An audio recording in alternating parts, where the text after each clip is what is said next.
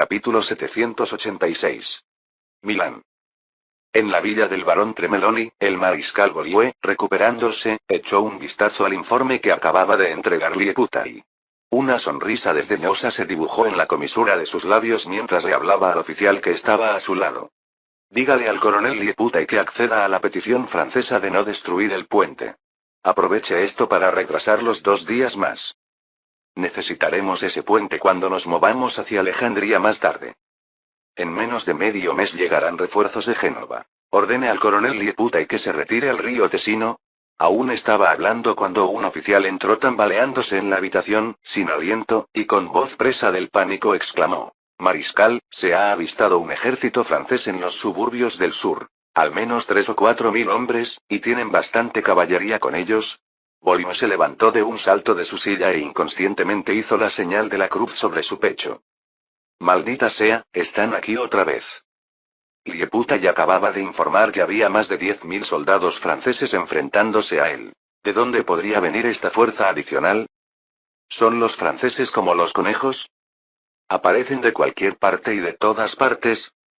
Con el rostro pálido, Beaulieu le hizo un gesto a su asistente para que trajera su uniforme, luego se giró bruscamente hacia el oficial y ladró: Rápido, envíe al mayor Martinelli a prepararse para el combate. Pero a mitad de camino, meneó la cabeza con desánimo. En Milán había solo 400 soldados, 150 de ellos adscritos a su guardia personal, mientras que el resto, en su mayoría heridos, no estaban en condiciones de ser desplegados junto a Lieputai en la línea defensiva del río Po. Sería imposible mantener el Milán. Beaulieu miró al oficial que había traído la alarmante noticia. ¿A qué distancia están los franceses de aquí? Salieron de Lodi al amanecer. Calculo que ahora están a unas 6 millas de Milán. 6 millas, unos 10 kilómetros, medio día de marcha como máximo. Beaulieu dudó un momento, luego se puso el abrigo y dio una orden al mensajero. Dile al mayor Martinelli que reúna las tropas y se retire conmigo a Mantua. Mantua, situada al este de Milán, era una fortaleza estratégicamente ubicada para proteger el paso de Lombardía a Austria. Austria había invertido años en fortificar esta fortaleza, aprovechando su terreno ventajoso para hacerla inexpugnable.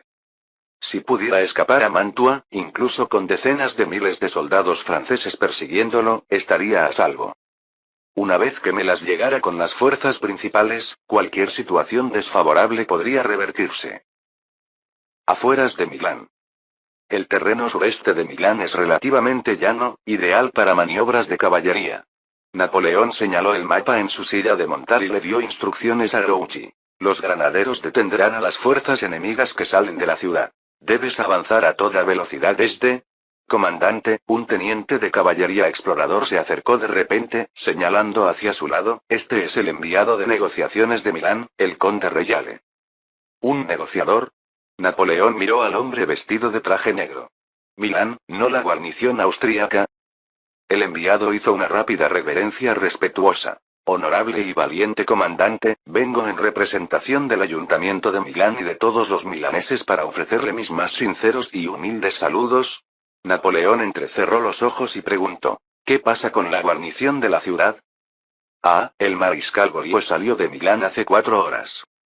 Los soldados que los rodeaban estallaron en vítores ensordecedores de júbilo. Los cobardes austríacos huyeron. Hemos ganado. Ajá. Milán es nuestro. ¿Oíste eso? Era Beaulieu. Jaja. ¿Esperaba una buena pelea con ellos? Napoleón le hizo una señal a Grouchy. Lleva hombres para confirmar la situación. Sí, comandante. 1 hora y media después. Napoleón se encontraba en las afueras de la ciudad de Milán, viendo desde lejos una multitud de ciudadanos que se alineaban en las calles con ramos de flores, esperándolo. De hecho, con el creciente despertar de la identidad nacional italiana, el dominio austríaco allí se había vuelto cada vez más indeseable. La noticia de que el ejército francés había expulsado a los austríacos se difundió rápidamente y los milaneses se sintieron liberados y salieron en masa a recibir con alegría al ejército victorioso. Sin embargo, la historia cuenta que Francia pronto anexó Milán a su territorio y que sus ciudadanos se apresuraron a lanzar movimientos antifranceses a partir de entonces. Al lado de Napoleón, Grouchy preguntó: Comandante, ¿perseguimos a Beaulieu? Napoleón negó con la cabeza. Ya va demasiado adelantado. Sería difícil rastrearlo. ¿Entonces entraremos a la ciudad ahora? No. Napoleón frunció el ceño, mirando hacia el oeste. Tenemos asuntos pendientes, Mayor Víctor. Estoy aquí, comandante.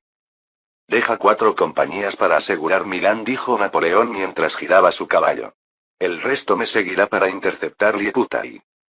Víctor y Grouchy intercambiaron una mirada de sorpresa, sus rostros mostraban incredulidad. Después de desplegar 4 compañías solo quedarían unos 2600 soldados. El cuerpo de Liputay contaba con más de 6000 hombres. Asegurar Milán defensivamente ya sería un desafío, pero el coronel Bonaparte tenía la intención de atacar en su lugar.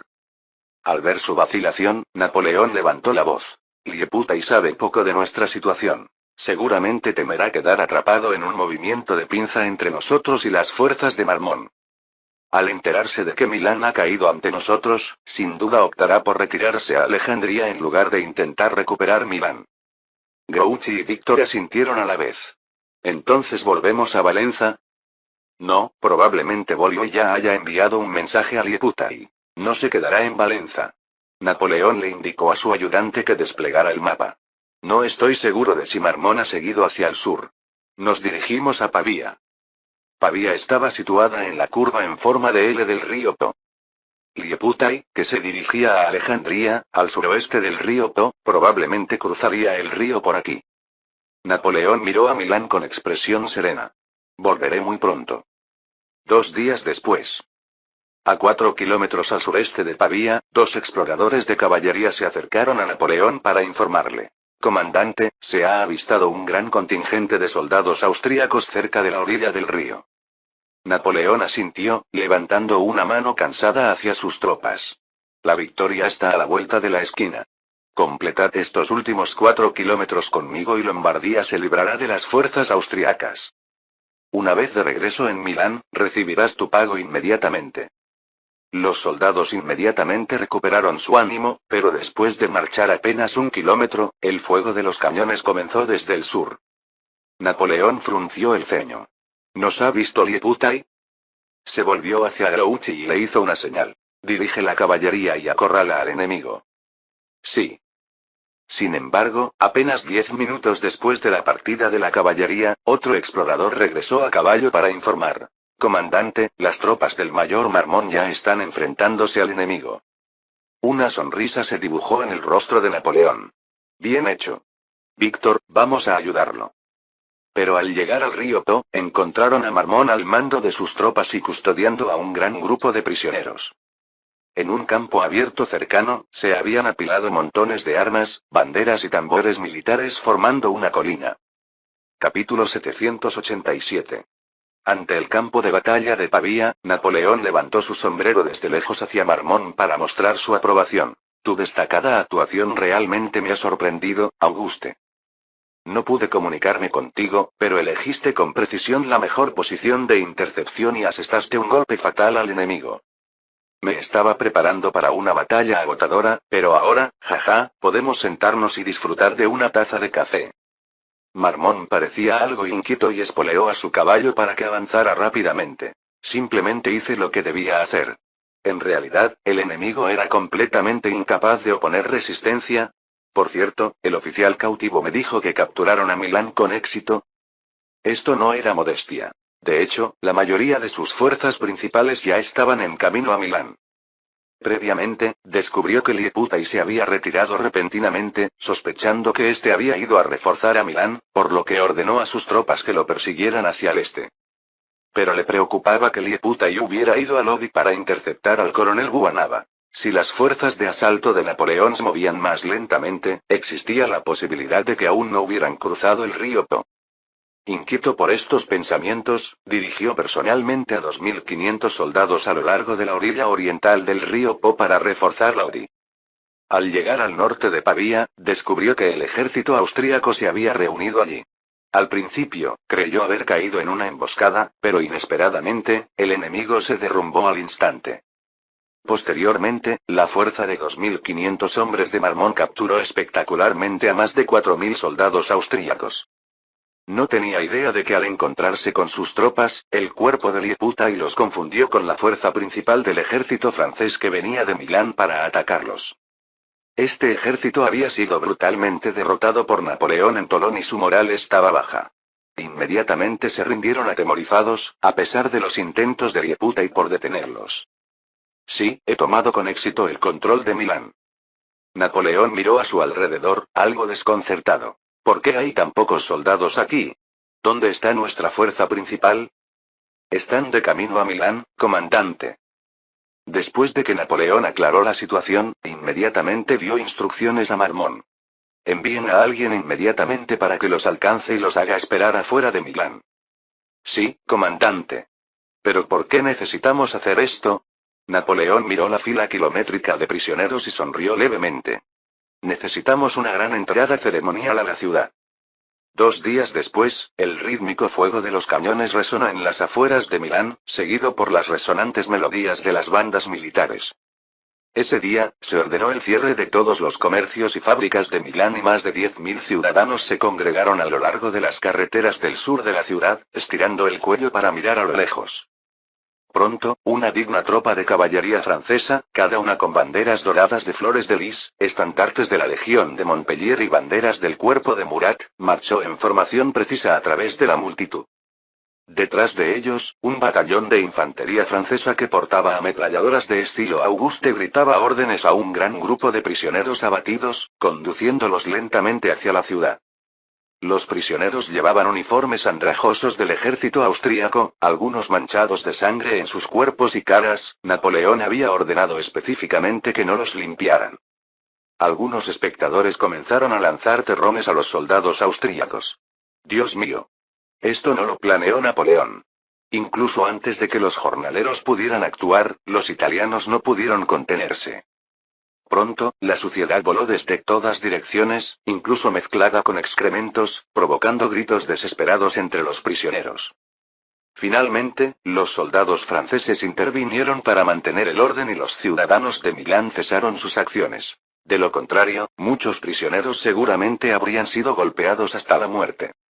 Las tropas austriacas capturadas, que sumaban entre 4 y 5.000 hombres, caminaron durante 1 hora y media antes de estar todos dentro de la ciudad. Después de una rápida limpieza de escombros en las carreteras, una bocina resonante sonó por todos lados. Un oficial de baja estatura, vestido con uniforme de húsar blanco y con un tricornio, encabezó una procesión de más de 100 guardias de caballería, junto con numerosos tamborileros y organistas, que pasaban orgullosos ante la gente. Alguien empezó a gritar: ¡Viva el rey de Francia! El honor y la victoria pertenecen al general Buonaparte. Alabado sea el gran ejército celestial de Francia. Bueno, esta vez fueron los jornaleros de Napoleón los que dirigieron los cánticos. En poco tiempo, los vítores resonaron por todo Milán y la gente estaba tan extasiada que parecía como si su propio ejército hubiera derrotado a los austríacos, celebrando en las calles con canciones y bailes. En ese momento, todos los ciudadanos de Milán supieron que el dominio de los Habsburgos sobre Milán había terminado. En el ayuntamiento de Milán tuvo inicio un gran banquete. Napoleón y más de una docena de oficiales franceses estaban sentados en la mesa principal, rodeados por los distinguidos nobles y ricos comerciantes de Milán, todos ansiosos por establecer conexiones con los franceses. Mientras sonaba una música elegante, la mirada de Napoleón recorrió las pinturas al óleo en las paredes del salón y luego se volvió hacia el vicepresidente de Milán. Mis amigos de Milán realmente me han conmovido con su entusiasmo, especialmente con la donación que ha proporcionado para mis soldados. Oh, 2 millones de francos. Son ustedes, sin duda, las personas más generosas que he conocido. Juro que protegeré a Milán con mi vida. Ante estas palabras, el vicepresidente del gobierno de Milán, Giuseppe La, se puso rígido al instante. Efectivamente, hubo una donación para el ejército francés. Era costumbre ofrecer un gesto de buena voluntad al dar la bienvenida a los nuevos conquistadores. Pero la cantidad era incorrecta. Instintivamente, dijo: quizás te hayas equivocado de cifra. ¿Deberían ser 400.000 francos? La voz de Napoleón se volvió gélida al instante. Ah, ¿sí? Recuerdo claramente que eran 3 millones, sin duda. ¿Podría ser que alguien malversara los fondos? Parece que necesito que la gendarmería realice una investigación exhaustiva en Milán. A Giuseppe le dio un vuelco el corazón. La implicación era clara. Si no se materializaban los 3 millones de francos, muchos acabarían en prisión. Con la huida a Viena del gobernador de Milán, Fernando, y del presidente del Consejo, de afiliación austríaca, Giuseppe La, el funcionario administrativo de mayor rango que quedaba en Milán, lo comprendió perfectamente. Si no conseguía complacer a los franceses, sin duda pondrían a alguien complaciente en su lugar, y probablemente él se convertiría en el malversador. Se apresuró a esbozar una sonrisa halagadora. Ah, quería decir que todavía hay una suma considerable en proceso de conteo. El total es, efectivamente, de 3 millones de francos. Pasado mañana al mediodía, todas las donaciones se entregarán en su sede. Napoleón finalmente asintió con satisfacción y continuó. Sabes, mi ejército ha venido desde el extremo oeste de los Alpes para liberar a Milán. En este momento, nuestros suministros logísticos se están agotando. Espero que puedas preparar provisiones para un mes para mis soldados. Bueno, aproximadamente para 15.000 hombres, incluyendo comida, vino, avena y pólvora. Una semana debería ser suficiente, ¿verdad? Giuseppe la forzó una sonrisa. Una semana, claro. Te prometo que para entonces tendrás suficientes provisiones. Napoleón también sonrió, inclinándose para susurrarle al oído. Por cierto, escuché que las bodas de la Virgen de Rafael se encuentran en el palacio del gobernador. Sí, sí, claro. Giuseppe la asintió rápidamente, mostrando comprensión, y respondió. Debería pertenecer a un coleccionista con gusto y refinamiento como usted. Ah, ¿y el de Miguel Ángel? Capítulo 788. Giuseppe asintió de nuevo. Sí, ese cuadro está actualmente en el templo de San Lorenzo. Si quieres. Napoleón, después de enumerar 8 o 9 obras de arte de primer nivel y recibir la promesa de Giuseppe de darlas, finalmente se iluminó con una amplia sonrisa, levantando su copa para señalar a los nobles milaneses. Por los valientes soldados franceses. La multitud rápidamente siguió su ejemplo, poniéndose de pie con sus copas en alto y diciendo al unísono. Por los valientes soldados franceses. De repente, Napoleón pareció pensar en algo y alzó aún más la voz. Al gran rey. Al hijo del divino favor. Los más de 100 nobles presentes en la sala repitieron sus palabras y luego bebieron de sus vasos. Una vez que Napoleón estuvo sentado, un noble con el rostro marcado por hoyos y cicatrices se inclinó ligeramente hacia él en un gesto de adulación y dijo. Coronel Bonaparte, sospecho que sin duda lleva sangre italiana, lo que hace que Milán esté destinada a ser liberada por usted. Napoleón frunció el ceño levemente. ¿Sangre italiana? ¿Por qué dices eso? El noble pareció ignorar su cambio de expresión y continuó con tono zalamero. Bonaparte, ya ves, qué apellido tan típico de Italia. Cualquiera de la península apenina te reconocería al instante como uno de los suyos. Creyéndose inteligente, incluso se dirigió a la gente que lo rodeaba. Todos, ¿no es así? Un coro de aprobación estalló a su alrededor. Los nobles milaneses claramente pensaban que llamar a alguien uno de los suyos era un gesto de cercanía y adulación. Sin embargo, el rostro de Napoleón se ensombreció y meneó la cabeza rígidamente. No, soy francés, sin ningún rastro de sangre italiana. De hecho, hacía tiempo que había dejado de ser ese nacionalista corso. Ahora tenía una sola identidad. La de un alto comandante de Francia, que había luchado junto al príncipe heredero en los Países Bajos del Sur y luego había arrasado triunfalmente en Lombardía, alcanzando una gloria inigualable como francés. ¿Sangre italiana? Este era simplemente el linaje de los conquistados. Un pueblo que renunciaría a sus tesoros sin objeciones, incapaz de resistirse. ¿Cómo podría tener alguna conexión con esos débiles? Era un noble francés. El noble, con el rostro marcado por la viruela, aún no se había percatado del cambio de aires, y continuó con una sonrisa forzada. ¿Cómo podría ser de otra manera? Tu apellido, inconfundiblemente. Napoleón golpeó su taza sobre la mesa con un fuerte bang. No quiero decirlo otra vez. Soy francés. Los nobles milaneses se quedaron paralizados, intercambiando miradas inquietas y agachando la cabeza en silencio. Incluso la orquesta detuvo bruscamente su música, y la sala se sumió en un tenso silencio. Giuseppe se apresuró a calmar la situación. Coronel Bonaparte, por favor, no se ofenda. El conde Gonerla no pretendía faltarle al respeto. Incluso donó 100.000 francos a su ejército, lo que demuestra claramente su sinceridad. El conde Gonerla, empapado en sudor frío, asintió frenéticamente. Le pido disculpas por mi precipitación. Sí, 100.000 francos. Exactamente. ¿Doné 100.000? En realidad, solo había donado 8.000 francos, pero en estas circunstancias, no se atrevió a decir nada más.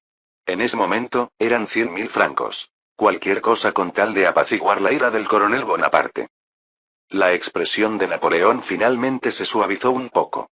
Levantó su copa hacia Giuseppe en señal de agradecimiento. Las relajantes melodías de la orquesta se reanudaron en la sala. Una vez terminado el banquete, Napoleón no asistió al baile posterior, alegando asuntos militares urgentes como excusa, y regresó al centro de mando establecido en la villa del barón Tremeloni. Al entrar a su oficina, inmediatamente comenzó a redactar una solicitud para cambiar su apellido, del italiano Bonaparte al más claramente francés Bonaparte. Como miembro de mayor rango de la familia Bonaparte, su decisión determinaría las perspectivas futuras de sus hermanos, y nadie se atrevió a oponerse a su elección. Napoleón completó la solicitud, se la entregó a su secretario para que la puliera y luego copió personalmente 2 versiones limpias. Instruyó a su asistente para que entregara una copia a la Comisión Real del Palacio de Versalles, encargada de los títulos nobiliarios, y la otra al ministro de Registro. Habiendo terminado todo esto, dejó escapar un largo y satisfecho suspiro. A partir de ahora sería inequívocamente francés. Al día siguiente, los comandantes superiores del cuerpo se reunieron en el centro de comando para una reunión estratégica.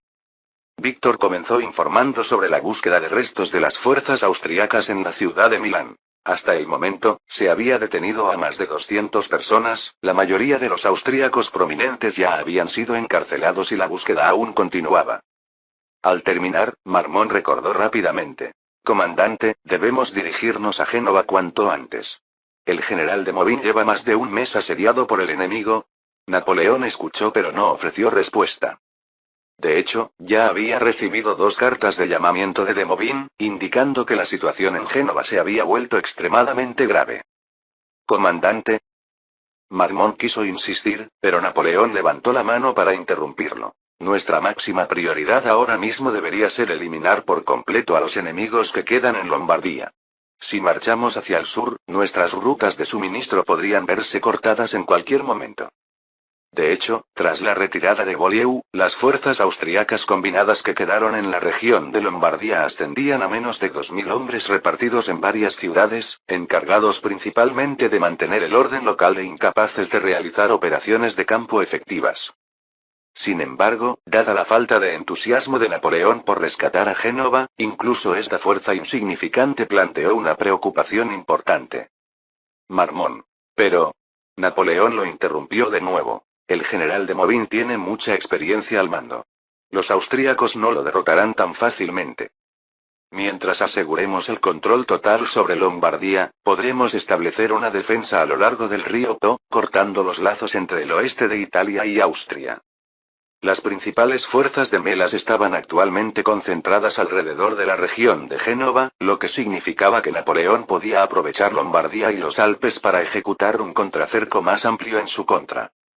Además, Melas sin duda abandonará Génova y optará por enfrentarnos en una batalla decisiva.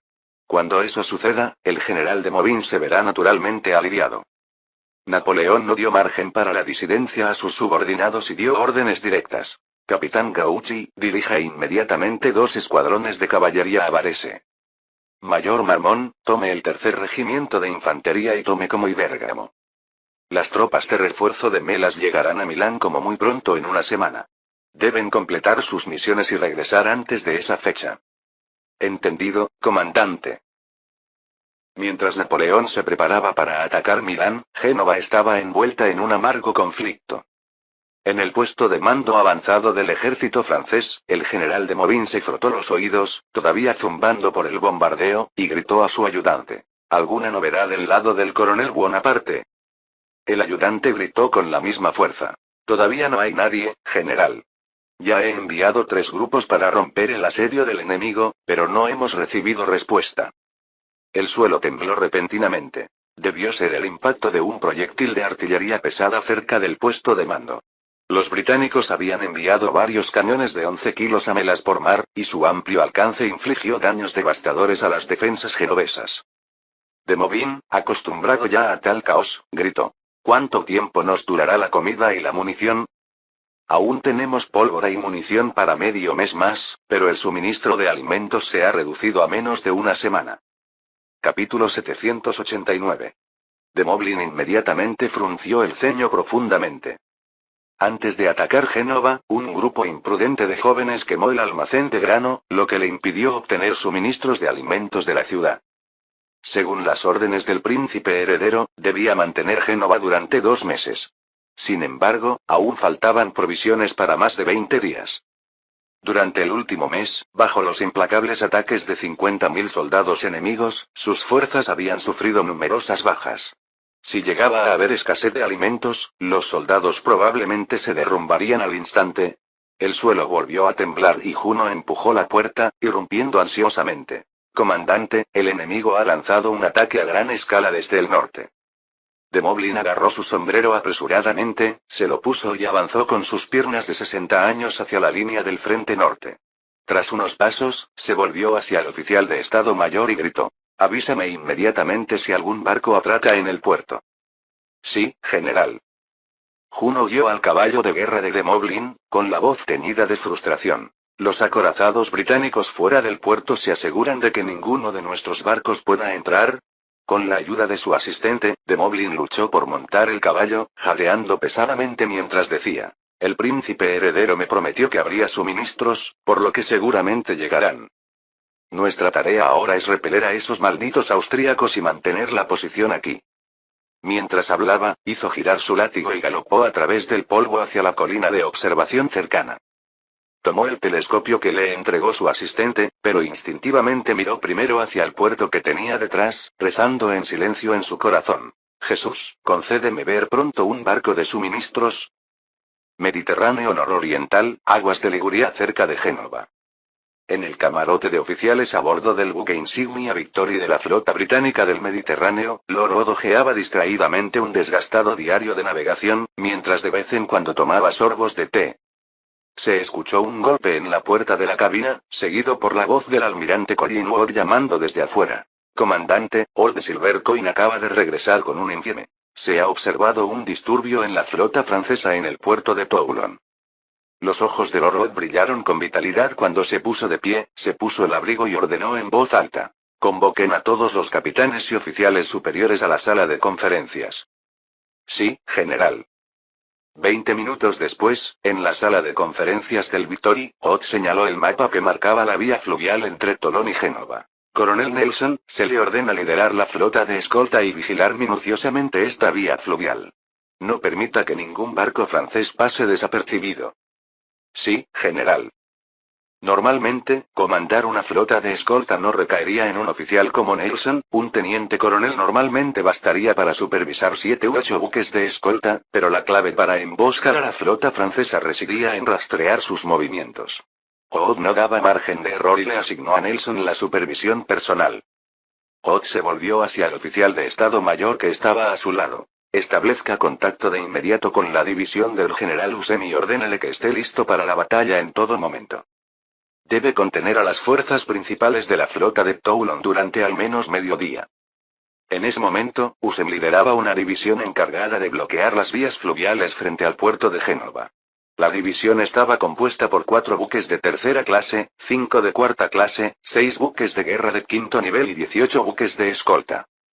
Aunque esta división era muy inferior en tamaño en comparación con la flota de Toulon de Francia, conocida como la flota del Mediterráneo, Lord Odd tenía confianza en las habilidades de mando de Hussein y en la experta navegación de los marineros británicos, suficiente para detener a los franceses durante 6 o 7 horas. Mientras tanto, la flota principal de Odd estaba oculta a 60 millas náuticas al sureste de Génova.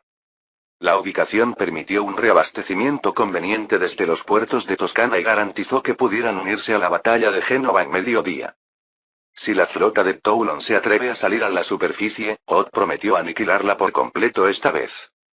Los franceses probablemente percibieron el riesgo de dirigirse a Génova, pero Odd sabía que no tenían otra opción que correr ese riesgo. Casi 30.000 soldados franceses quedaron atrapados allí. Sin reabastecimiento marítimo, estas fuerzas se enfrentaban a la rendición o a la inanición. Por coincidencia, Oda había decidido recientemente levantar el bloqueo de Tolón para atraer a la flota francesa, lo que condujo a la oportunidad que presentó el asedio de Génova. La batalla de Génova ya llevaba más de un mes prolongándose y los franceses ya no podían quedarse de brazos cruzados. Rápidamente, la orden de Oth se extendió por toda la flota británica del Mediterráneo y los buques de guerra se prepararon con entusiasmo para el combate. Transcurrió otro mediodía, y un barco británico de remos y velas se acercó a toda velocidad al costado del Victory. El segundo oficial transmitió la información más reciente a la sala de conferencias. La flota francesa se dirige al suroeste. Lord Oth miró al oficial del barco de escolta con profunda perplejidad. ¿Está seguro? Sí, general. El segundo oficial se irguió y respondió. El tiburón de dientes largos sigue siguiéndolos. Suman 16 acorazados principales, 20 buques de guerra secundarios y un número considerable de buques de escolta. La frente de Oth se frunció inmediatamente. Esta era sin lugar a dudas la fuerza principal de la flota de Toulon, pero no se habían dirigido hacia Génova. El almirante Collingwood, reflexionando en voz alta, sugirió. General, quizás los franceses tengan la intención de reunirse con la flota española antes de dirigirse a Génova.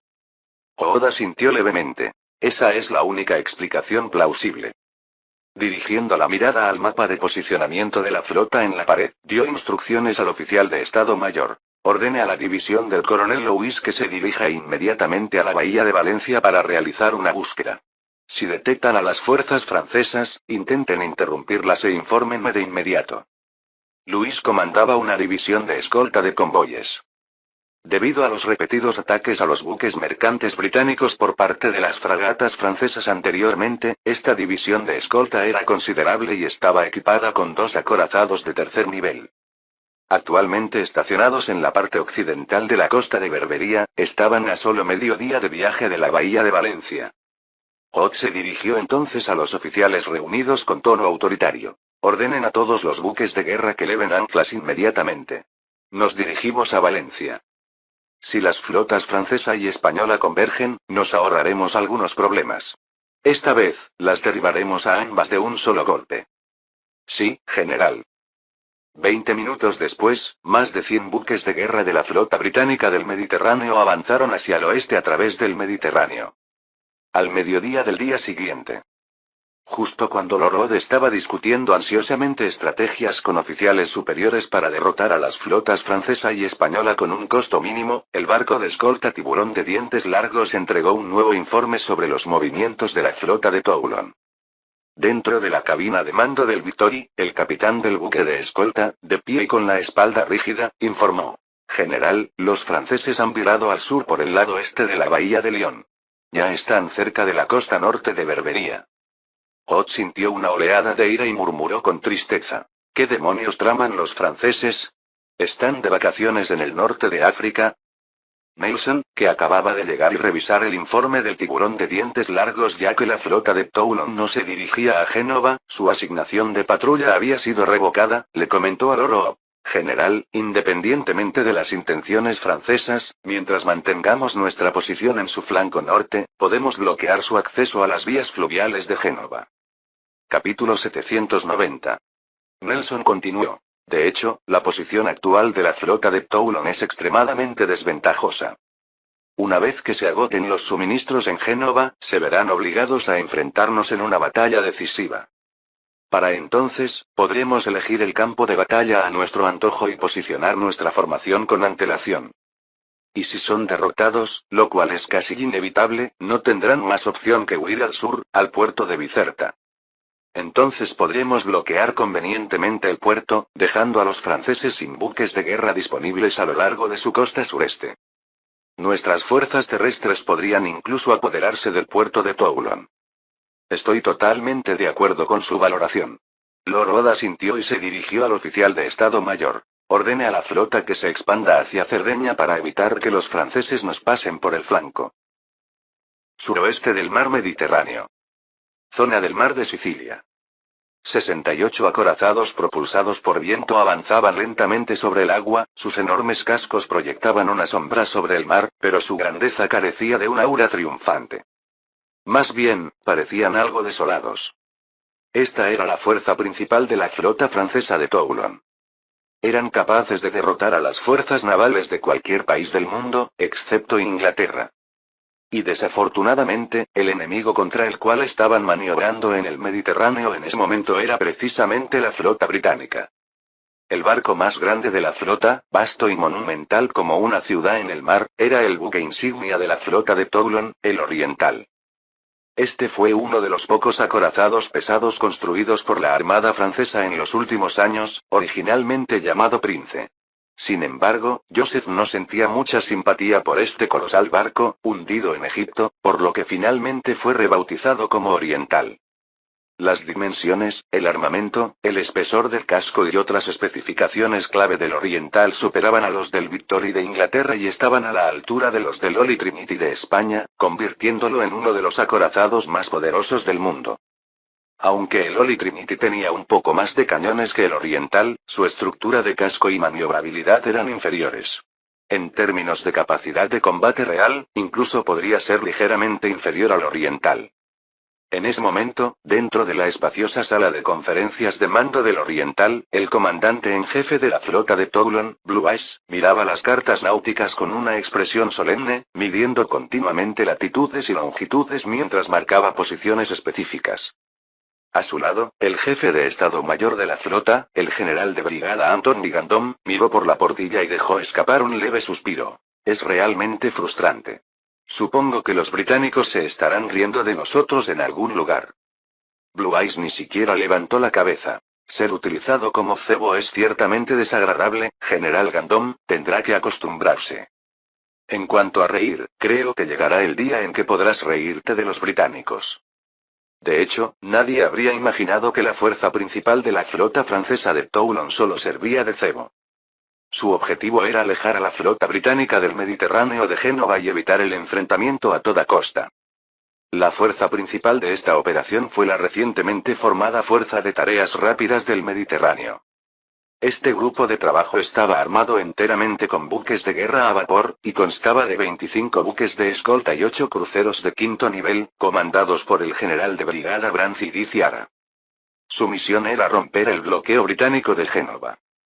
Actualmente estacionada frente a las aguas exteriores de Génova estaba la formidable fuerza de tarea de Osem.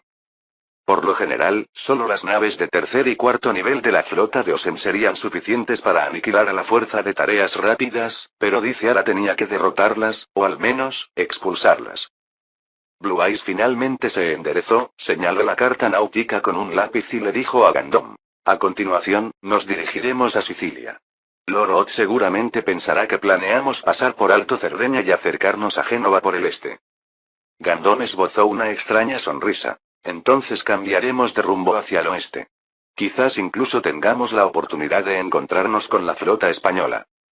Blue Eyes asintió. Espero que el general Di Chiara pueda completar con éxito su misión. A decenas de millas náuticas de distancia, después de navegar hacia el norte por una corta distancia para interceptar a la flota de Toulon, la flota británica del Mediterráneo persiguió furiosamente a esta última hacia el oeste, en dirección a la costa de España. 25 millas náuticas al sur del puerto de Génova. A bordo del acorazado británico de tercera clase de Sus, el mayor general Osem supervisó personalmente la disposición de las rutas de patrullaje para los barcos de escolta, asegurándose de que nada pudiera salir mal, antes de dejar escapar un largo bostezo. La fuerza principal de la flota francesa de Tolón estaba lejos, en el área del mar de Sicilia, y era poco probable que la flota española lanzara un asalto a Génova. Incluso si los españoles se hubieran vuelto locos, la fuerza de tarea de Luis los mantenía bajo vigilancia y el lado de Osem podía recibir advertencias tempranas. Sin embargo, el humor de Osem no era muy bueno. No poder participar en la batalla para aplastar la flota de Toulon significó que su camino hacia futuras promociones quedaría rezagado respecto al de sus colegas. Salió de la cabina a la cubierta de proa, mirando el mar distante. Señor, al menos deja que los franceses envíen algunos barcos de transporte. Si pudiera capturar una gran cantidad de personal y material, tal vez podría al menos compensar algunos de los logros militares perdidos. Parecía que su oración casual realmente había sido escuchada por Jesús, ya que un barco de remos y velas que se acercaba rápidamente hacía señales continuamente con códigos de bandera desde lejos. Antes de que nadie más pudiera transmitir el mensaje, Osem fue prácticamente el primero en ver la señal. Lleno de alegría, se dio la vuelta y ordenó al oficial de señales: «Rápido, preparen todos los barcos para la batalla. Se acerca una flota francesa». Luego se dirigió a la sala de mando avanzada y dio instrucciones al personal: «Una vez que tengamos información detallada sobre el número de barcos enemigos, infórmenme de inmediato». Normalmente, los barcos de patrulla que primero detectaban al enemigo regresaban de inmediato para alertar a la flota. Posteriormente, otro barco exploraba la flota enemiga con precisión, incluyendo su número, tipo y otros detalles, antes de emitir un informe detallado.